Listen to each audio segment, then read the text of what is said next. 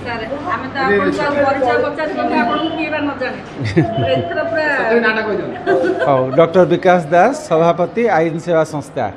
ये आज महिला दिवस अधिनियम महिला दिवस कौन पालन करते केमती कौन मार्च 8 तारिख दिन विश्व महिला दिवस पालन हुए से अवसर ता पूर्वर एवं पर विभिन्न कार्यक्रम होता है। आज एठी आम जो कार्यक्रम करुचु से सशक्त महिला एवं सशक्त समाज उपर आलोचना है। मु भावुची व्यक्तिगत भाव मोर 35 वर्ष अभिज्ञता को लेकिन जे सशक्त महिला कहले निश्चय से आईनगत भाव सशक्तिकरण होगा आवश्यक। लीगल एम्पावरमेंट जदि महिला मानकर हेनी ताहले तांकर अधिकार को सेमाने साब्यस्त करें एवं महिला मानक पई अनेक गुड़िए आईन अच्छी जमती protection of women from domestic violence act, sexual harassment at work place act, ये सब विभिन्न कथा आईन गुड़िक अच्छी। विच हंटिंग गोटे समस्या अच्छी जो मुख्यतः महिला माने विभिन्न प्रकार वायलेंस रे पड़ुछंती। तेणु यही आईन गुड़िक विषय जानवे एवं तांकर संपत्तिगत अधिकार विषय अवगत हेबे। तांको पर जदि घरोई हिंसा होची से किपरि सेतरु समस्यार सम्मुखीन हेबे से कथा को जदि बुझिबे ताहाले सेमानकर अधिकार गुड़िक साब्यस्त हम।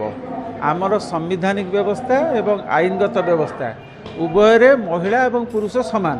तेणु आम जो समान समाज गठन कथा कहूँ आईनगत दिगु समस्त समान। बर्तमान जदि से सशक्तिकरण तांकर हब एवं आईनगत अधिकार सुरक्षा करें ताहले से इक्वालिटी जो कहूँ जेंडर इक्वालिटी महिला माने नारी समानता निश्चय संभव हम। यही आशा मु रखी आज कार्यक्रम में जोड़ देखु अनेक प्रकार आईन अच्छी से विषय जानवा प्रत्येक सहज कथा नुहे। आईन सचेतनता यथेष्ट नुहे। तेणु मु सजेस्ट करुच्ची समस्त को सरकार पक्षर कोटी कोटी टंका खर्च कराई supreme court legal service committee, high court legal service committee, district legal service authority एवं एसडीजेएम तालुक सबु स्तर में आईनगत व्यवस्था कराई। किंतु जेहेतु कई जानी ना से विषय कई जाऊना से संस्था गुड़िक अच्छी किंतु कार्यकारी हो पारनी। तेणु महिला मानकर जदि कौन से अधिकार प्रसंग आसूची से माने जो लीगल सर्विस अथॉरिटी माने विभिन्न लेवल अच्छी आपण सब डिविजन ठू आरंभ कर जिला देगी राज्य स्तर दे जातीय स्तर पर्यंत तार सठिक विनियोग करने दरकार। महिला माने बहुत आगे अच्छा बहुत उन्नति कर जो सबु क्षेत्र में सबु जगह शीर्ष स्थान पहुँची पार्छन बोली सबु जगह सम्मानिता उन्नति हो पारुनी बोली कहले मुझे विश्वास करी ना।